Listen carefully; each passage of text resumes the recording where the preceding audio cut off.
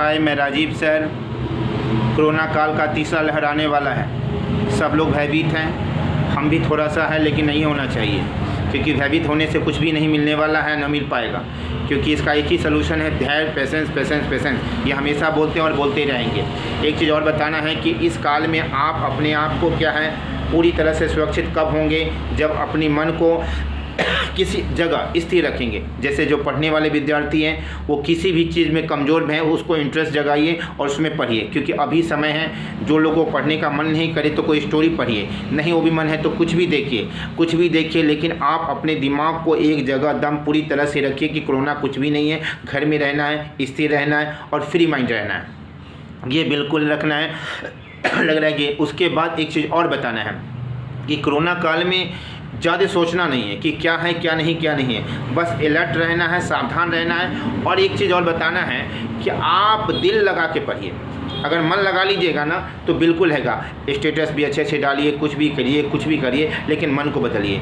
एक छोटा सा हमें बात बताना है कि दानी पेड़ के बारे में और गुरु दोनों एक रिश्ता अलग होता है बाबू, दोनों का दानी पेड़ की तरह होता है। माता पिता और गुरु आपके लिए हमेशा तत्पर रहता है।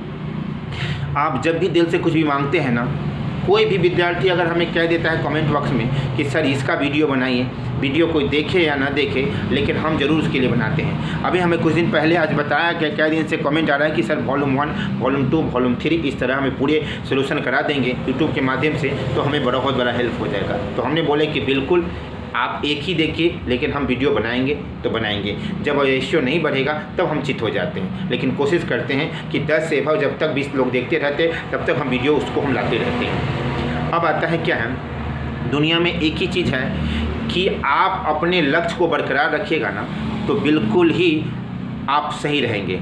कल हम एक जब स्टोरी पढ़ रहे थे दानी पेड़ के बारे में, तो देखिए कि पेड़ ऐसा चीज़ है जो अभी पता चल रहा है कि ऑक्सीजन की कमी है, लेकिन जब एक स्टोरी हमें पढ़े तो हमें और लगा कि जब दानी पेड़ के बारे में बताया गया है कि एक बच्चे, आप लोग भी पढ़े होंगे 6, 7, 8 का ही ऐसी बुक था, वैसे टाइम पास कर रहे थे। उसमें क्या है कि एक दानी पेड़ जो है के साथ एक बच्चे खूब खेलते थे।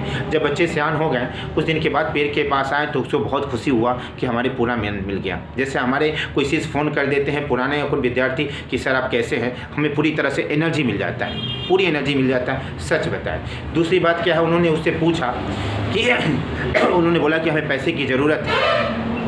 दानी पेड़ ने कहा कि कोई बात नहीं, मेरे पास पैसा तो नहीं है, लेकिन पूरी पेड़ का जितना फल है तुम तोड़ लो और पैसा तुम ले जाओ। उसी तरह हमें कोई बोल देता है कि सर हमें ये चीज़ की ज़रूरत है, या कोई भी गुरु को कुछ बोलता है या माता पिता को, तो खुशी खुशी दे जाता है। ये एकदम कन्फर्म बात है। उसके बाद कुछ दिन के बाद उन्होंने आया कि हमें पैसे की फिर ज़रूरत है। जैसे ही पेड़ के पास पहुँचते थे बहुत तरह से एनर्जी मिलता था, खुशी मिलता था। फिर बोला कि नहीं, पेड़ बोला कि हमारे पास तो पैसा नहीं है और हमारे पास तो कुछ नहीं, हमें घर बनाना है। तो ठीक है, हमारी जितनी ही शाखा या तना है उसको काट कर कुछ घर बना लो। फिर उसी तरह फिर उसके बाद फिर कुछ दिन के बाद वो आता है, फिर बोलता है कि हमें शादी करना है और इस तरह का क्या है। तो उन्होंने कहा कि ठीक है, आपकी शादी के लिए पैसा नहीं है या कुछ भी नहीं है, किसी चीज़ की ज़रूरत है तो आप हमारी जितनी शाखाएं हैं पूरी चीज़ को काट लीजिए, लेकिन आप इस चीज़ को पूर्ति कर लीजिए।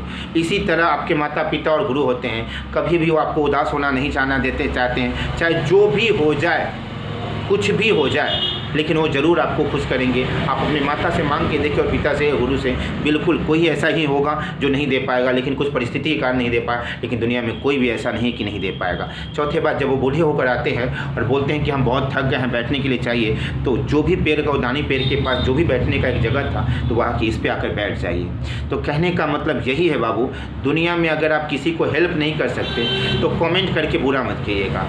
इस चीज़ के बारे में हम कुछ माध्यम से हैं, हमारे विद्यार्थी या कोई भी विद्यार्थी होता है, कभी कभी देखते हैं कि ऐप्स पे कोई सर पैसा मांग लेते हैं, उस पर पढ़ाना चाहते हैं तो कमेंट करके कहते हैं कि बिज़नेस शुरू कर दिया। अरे बिज़नेस क्या है, उसके पास घर में पैसा, उनकी ज़रूरत नहीं है।